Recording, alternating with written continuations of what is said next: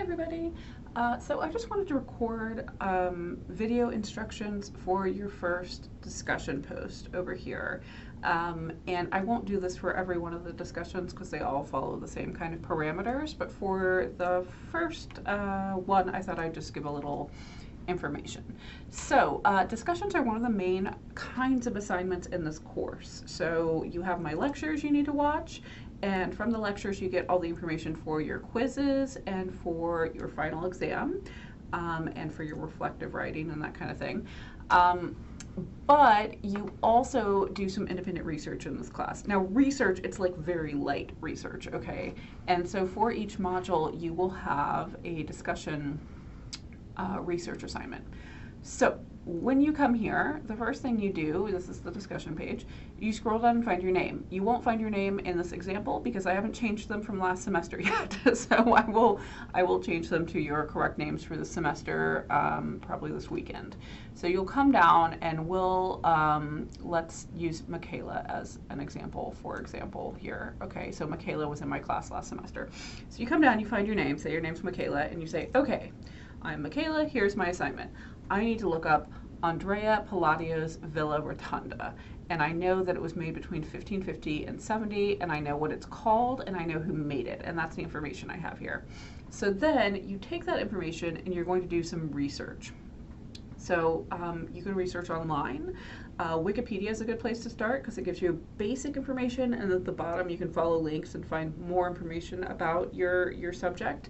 I also strongly recommend that you utilize the library.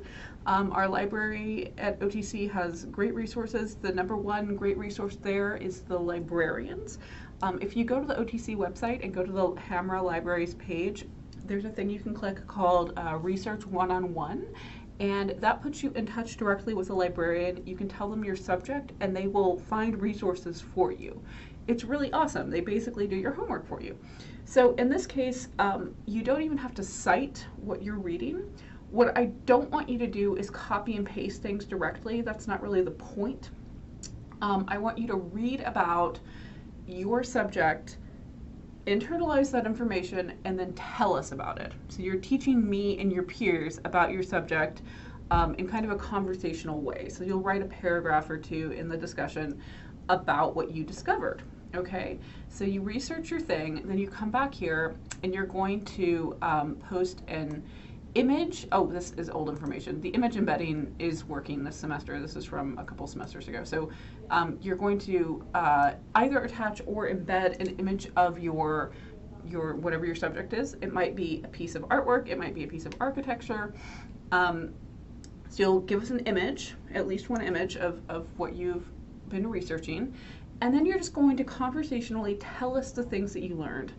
What kind of things are you going to tell us? Well, you're going to tell us about the artist who created it, the work itself, where it was created, why it was created, what was its function, what is it made out of? If it's a painting, is it oil painting? Is it watercolor? Is it tempera? If it's a sculpture, is it marble? Is it bronze? What's it made out of? When was it created? And why you think it's significant, okay? So that last one is a big part because that's part of the critical thinking piece that we're working on here, right? You digesting information, telling us why you think this work is significant. Do you think it's successful? Does it do what it's supposed to do? Tell us what you think about it. Do you hate it? Do you like it? Why? For this assignment, for all of the discussion posts, you'll make your original post, which will be, like I said, a paragraph or two with an image telling us about your assigned topic, and you're going to make 2 additional reply posts on original posts by your peers.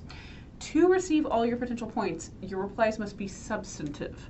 What do I mean by substantive? I don't want you to say, good point, or I like that, or rad as hell, my dude.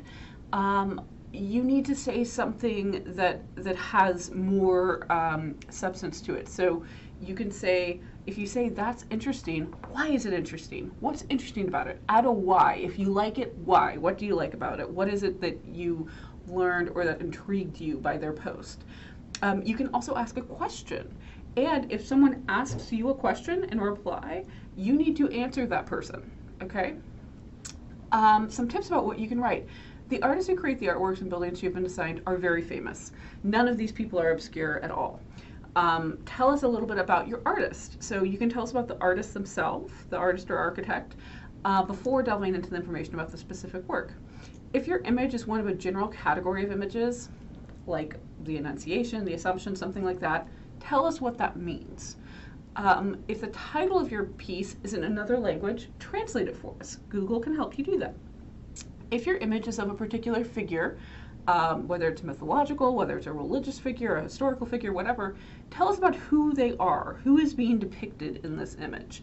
Why were they important enough to have an image made of them? Especially in Renaissance and Baroque painting, and sometimes in sculpture, there's a lot of symbolism.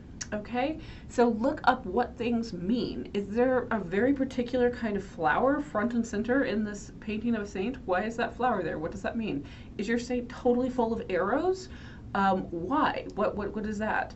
Okay, so look that kind of stuff up. If your image is from a series of frescoes in a chapel, you can write about the whole series and the chapel as a whole to give some context if you want.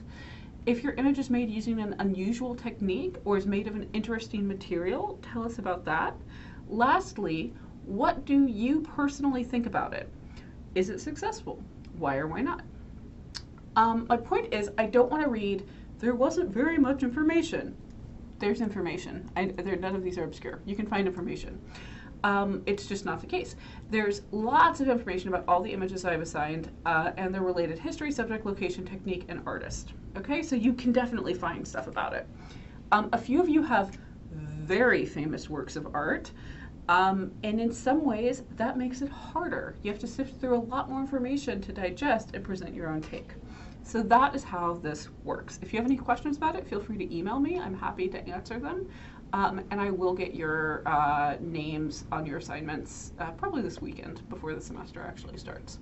All right, happy researching.